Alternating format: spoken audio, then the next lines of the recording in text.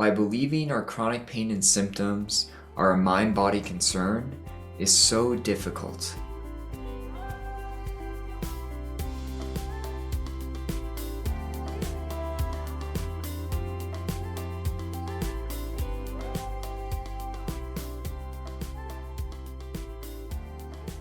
Hi everyone, welcome back to another video. I'm excited to be with you all today. I've had a pretty busy weekend so far, and this morning I did some qigong for a while. I did a nice meditation. I got to work out. My partner Anne, she was very nice to give me some time, and I got my Tim Hortons. I don't know if not everyone listening is from Canada, but if you're from Canada, you drink a lot of Tim Hortons coffee. That's what makes you Canadian, at least in part. So today I want to talk about how and why it is so hard to believe that our chronic pain and symptoms are a mind-body concern. And we're not going to believe it right off the bat. Like, it's not just going to click and come on. I think I was probably 80% out of pain before I fully believed it, but there needs to be an openness.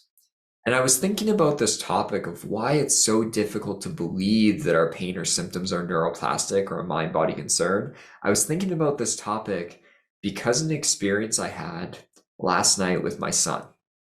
So to give you all context, my family, we've decided we're going to get a puppy. And we're a bit nervous. I feel a little nervous about it myself.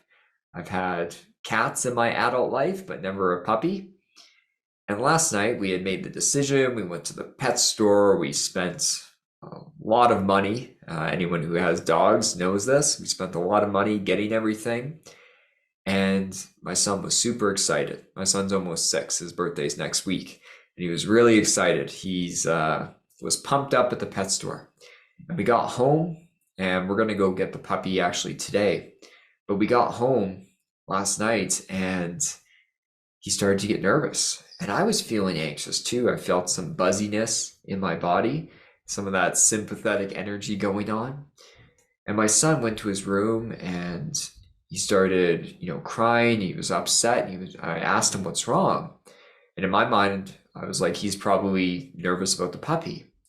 But what he stated was his stomach really hurt and that there was something wrong with his stomach and that he needed medication.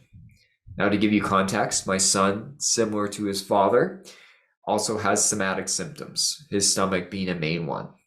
Now, in the past, I've discussed this with him. I've explained that when he feels in danger, or feels emotionally stressed out, that his stomach hurts. And he's also put this together at points where he's about to go see a friend for a play date and his stomach will start hurting. He's like, oh, I'm nervous.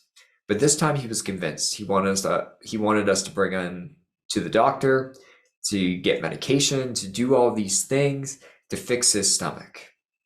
And it got me thinking of why it's so hard for us to believe that our concerns, our physical concerns, are a brain and nervous system issue. Because we're not so different than my 6-year-old son, who was falling victim to the same idea. And to be clear, we've had my son well tested, so we know his stomach's completely okay.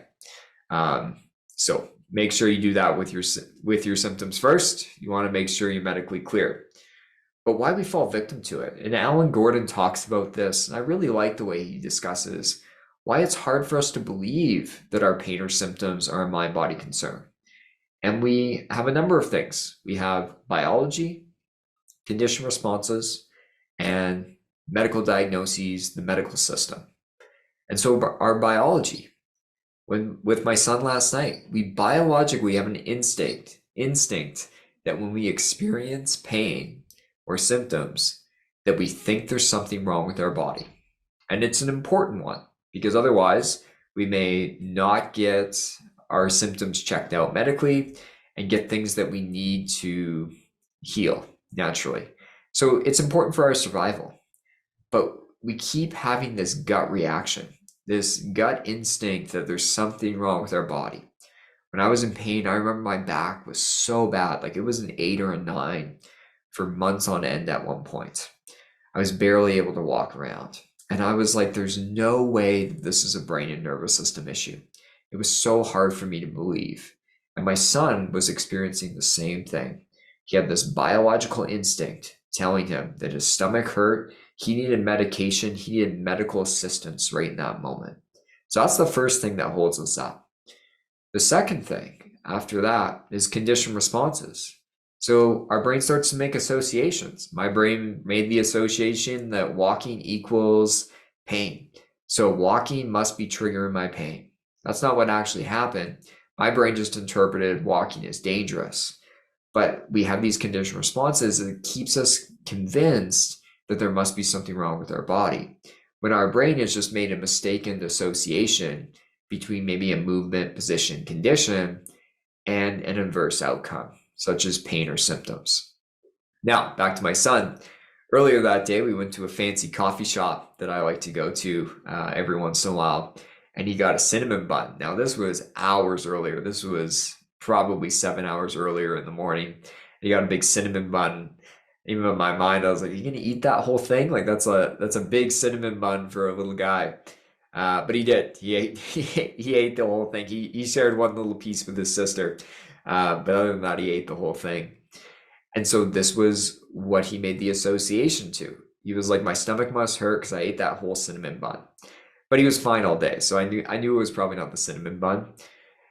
But he made the association. This is what our brains do. So he was convinced, and we had like quite a fruitful conversation, a meaningful conversation about what was maybe triggering his bellyache. And so that's the second thing that holds us up in believing. Now, the third is the medical diagnoses or the medical system. You know, when we got my son's stomach checked out before, they tried out medications, they tried out lots of things, but nothing helped. And the doctor was very convinced it was more an anxiety, nervousness issue. And so that's the last thing that kind of keeps us believing that there's something wrong with our body when we're experiencing these symptoms is the medical diagnoses or medical procedures or the medical system in general causing us to believe this. Now, of course, anyone who gets a new symptom come on, get it medically checked. I'm not saying that because there are physical things that can cause chronic pain and symptoms, but a lot of times they can be neuroplastic or it's a portion.